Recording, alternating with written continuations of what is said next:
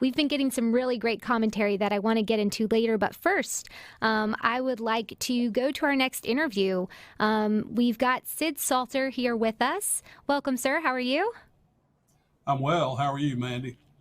I'm doing quite well. Now, yesterday evening in front of the state capitol, Governor Reeves delivered the 2022 State of the State address. He laid out a lot of things we can be proud of, as well as areas where he will work to improve. Now, Sid, you've covered a lot of the state of the states in the past. Was there anything, what was your general take, and then did anything stand out to you with regard to the governor's third State of the State address? Well, I thought Governor Reeves, in his third State of the State address, had a comfort level with the venue and with the message that he was delivering that perhaps stronger than he's had before, confident in his message. One phrase from the governor's rather lengthy State of the State that reverberated with me was that when he said, "We are governing in a time of plenty." That's perhaps never been more true in Mississippi, and frankly in most states around the country as it is today. During the Trump administration, through the Families First, CARES Act, Response and Relief Act, about $360 billion spent bolstering state and local governments.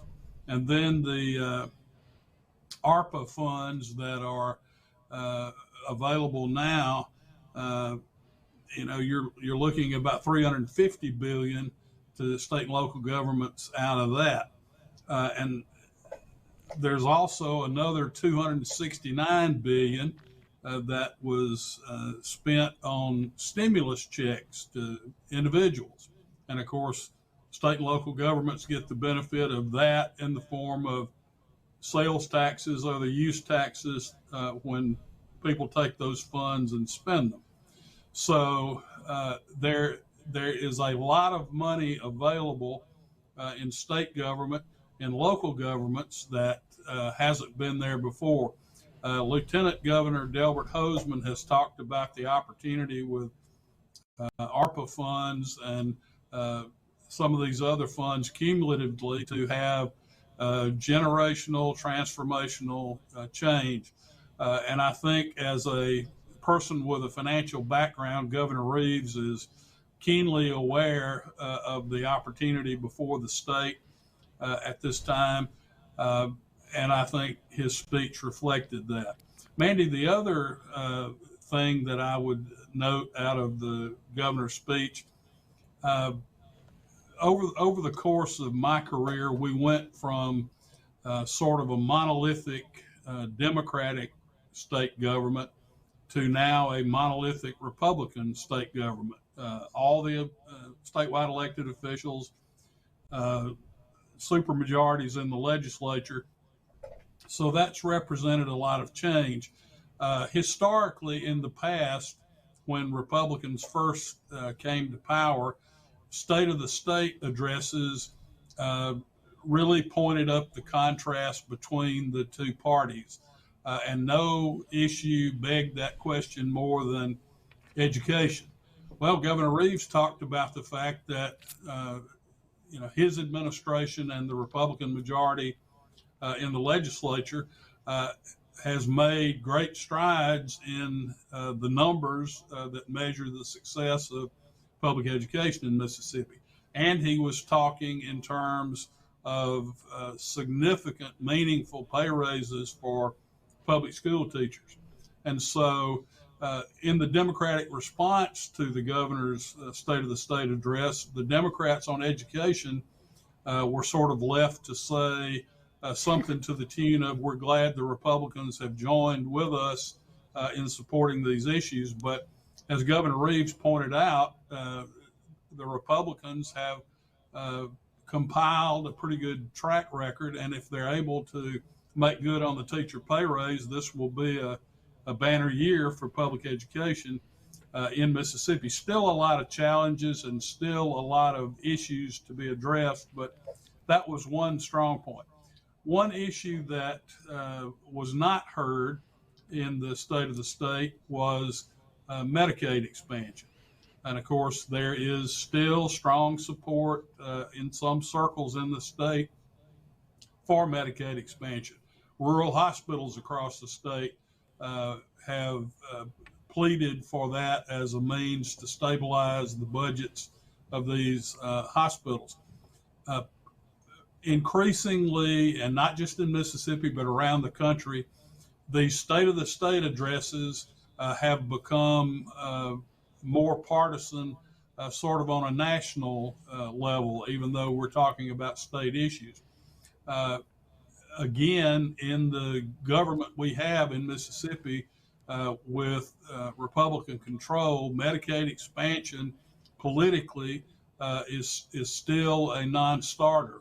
Governor's office, majority of the legislature, it's just not, the support for it is just not there, although the economic arguments can be made for it, but it's politically a non-starter. And so you see in gubernatorial state of the state addresses the same thing you see when the president gives the State of the Union address. There's always that partisan prism that you look through to see how the people in power deal with these issues. I thought another strong point for the governor, outside of addressing this whole idea of governing in a time of plenty, there have been many state of the states I've covered where the state was struggling to pay its bills and to not have to cut programs and to make really painful decisions. The state of the state right now, from a fiscal standpoint, has rarely, if ever, been stronger.